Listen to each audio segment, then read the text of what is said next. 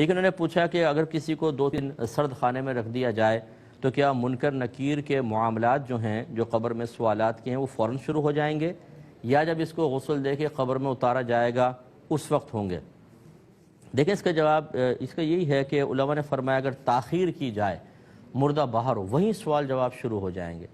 نہ صرف سوال جواب بلکہ اگر خدا نخواستہ اس کو عذاب ہوگا تو وہیں عذاب شروع ہو جائے گا، اور اگر فرض کر لیں اس کو نعمتیں ملنی ہیں تو وہیں نعمتیں شروع ہو جائیں گی۔ کیونکہ قبر کے 2 مفہوم ہیں۔ ایک تو ہمارا جو عرفی مفہوم ہے کہ گڑھا کھودتے ہیں، ہم اس میں اتارتے ہیں، اور ہم کہتے ہیں جب مردے کو قبر میں رکھا جاتا ہے پھر اس سے منکر نکیر سوال کرتے ہیں، کامیاب ہو تو نعمتیں ملتی ہیں، ناکام ہو تو عذاب ہوتا ہے، یہ عرفی قبر ہوئی۔ اور شرعی طور پہ قبر کا مطلب ہوتا ہے کہ انسان مرنے کے بعد اور قیامت میں اٹھنے تک جس مقام پر ہوگا وہ اس کے لیے قبر ہے۔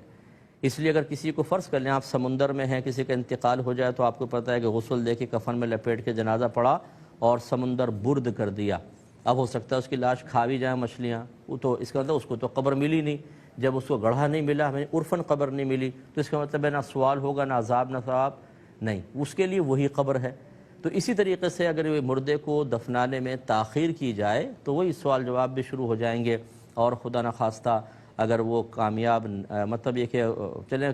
جوابات میں کامیاب ہو گیا لیکن اور کسی وجہ سے اس میں کمی کوتاہی تھی، عذاب، اور کافر تو کامیاب ہو ہی نہیں سکتا، اس کو بھی ویسے شروع ہو جائے گا۔ تو اس لیے بہتر ہے کہ جتنی جلدی ممکن ہو سکے دفنایا جائے۔ کوشچن کیا کہ ہمارے یہاں باہر سے کویشچن تھا کہ بعض اوقات جب کوئی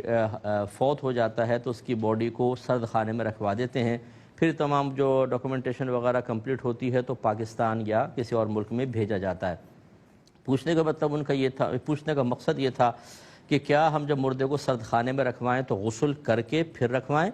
یا جب پاکستان بھیجنے لگیں اس وقت غسل دیں؟ دیکھیں پہلے غسل دینا افضل اور اولیٰ ہوگا، کیونکہ وجہ یہ ہے کہ جیسے ہی انسان کا انتقال ہوتا ہے اس پر ایک حکماً جنابت طاری ہو جاتی ہے، یعنی وہ ناپاک ہو جاتا ہے گویا کہ روح کے نکلتے ہی۔ اسی وجہ سے زندہ لوگوں کو حکم دیا گیا ہے کہ اس کو غسل دیں، اور زندوں کے لیے فرض کفایہ رکھا گیا ہے، اور فرض غسل اسی وقت ہوتا ہے جب پہلے کوئی جنابت وغیرہ ہو۔ تو اس لیے معلوم ہوا کہ وہ اس طرح ناپاک ہو جاتا ہے کہ اسے غسل دینا ہوگا، اور جب تک انسان ناپاکی کی حالت میں ہوتا ہے تو اطراف میں رحمت کے فرشتے نہیں آتے ہیں۔ یہ مطلب زندوں کے لیے حکم تو ہے ہی ہے، تو بہتر یہ ہے کہ جب وہ حالت جنابت میں حکماً ثابت ہو رہا ہے تو اس کو فوراً سے پیشتر غسل دیں، تاکہ رحمت کے فرشتوں کو نزول اس کی طرف بھی ہو اور وہ اللہ کی رحمتوں سے محروم نہ ہو۔ تو لہٰذا غسل دینے کے بعد پھر سرد خانے میں رکھیں، یہی بیسٹ وے ہے۔